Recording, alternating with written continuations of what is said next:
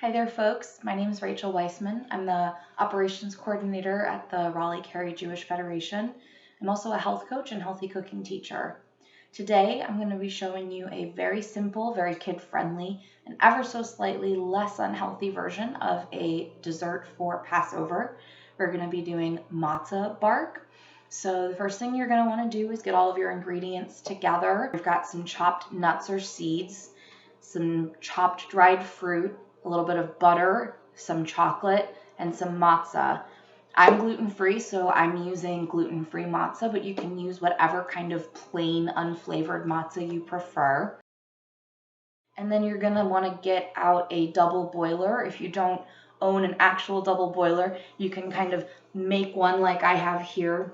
You've got a pot on the bottom and a heat-proof bowl, and you're gonna fill that up with about an inch or so of water. And then you're gonna get that going to a boil so that the indirect heat is what's melting the chocolate in the bowl. Otherwise, if you put it straight into the pan and try and melt it that way, you might end up scorching the chocolate or making it seize up, and then you can't spread it out. So the first step is you're gonna line a baking sheet like you see behind me here with either parchment paper or tin foil, and that's just to keep everything from sticking to the pan. You're gonna lay your matzah out in an even layer. You're gonna kind of have to jigsaw puzzle it a little bit to fill the pan up. You wanna avoid any major cracks, but it's certainly not a science, and as you're putting the melted butter and chocolate onto the matzah, things are probably gonna shift a little bit anyway.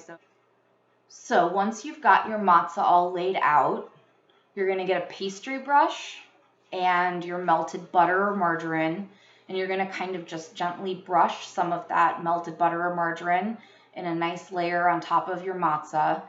And then once your chocolate's melted, you're gonna dump that on top and spread that around. This is a really great step for the kids to help with. It can get a little messy. You get the chocolate all over your fingers. That's totally okay.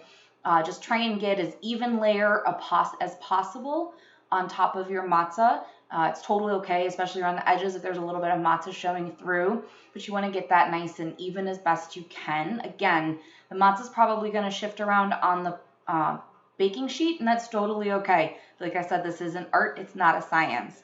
Once that is fairly evenly spread and you don't have any places with too much chocolate or not enough chocolate, you can proceed to your next step, which is sprinkling your desired toppings onto the matzoh bark.